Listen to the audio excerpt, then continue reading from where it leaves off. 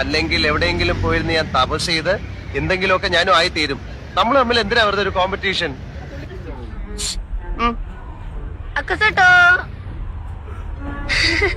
മത്സരം തുടങ്ങി.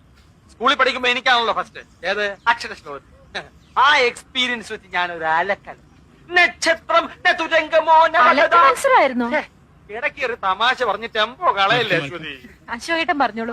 പിന്നെ ചാരായ ഷാപ്പിന്റെ മുമ്പിൽ ചെന്ന് എന്നെ താഴെ ഇട്ടുള്ളൂ. അശോകേട്ടൻ കുടിക്കുവോ? അയ്യോ ഞാൻ കുടിക്കില്ല. ചാരായ ഷാപ്പിന്റെ ഇപ്പുറത്തെ ഊടുവഴി കൂടെ നമുക്ക് വീട്ടിലോട്ട് പോകാലോ. ഓ അത് ശരി. ആ ഇനി അങ്ങോട്ട് അശോകേട്ടൻ വരണമെന്നില്ല, ഞാൻ പോയിക്കോളാം. വേണേ ഞാനും കൂടെ വരാം. വേണ്ട. Bye bye. പടകാടി ചണ്ടി ശങ്കരി വർക്കലി മാർക്കലി ഭഗവതി അടിയനിൽ അലിവോടി നിത്തിരി കഞ്ഞി.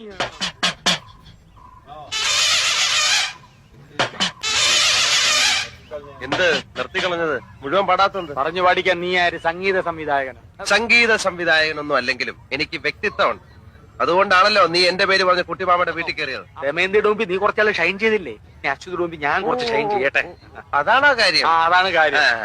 എത്ര നാൾ ഷൈൻ ചെയ്യും? എത്ര നാൾ ഷൈൻ ചെയ്യണം?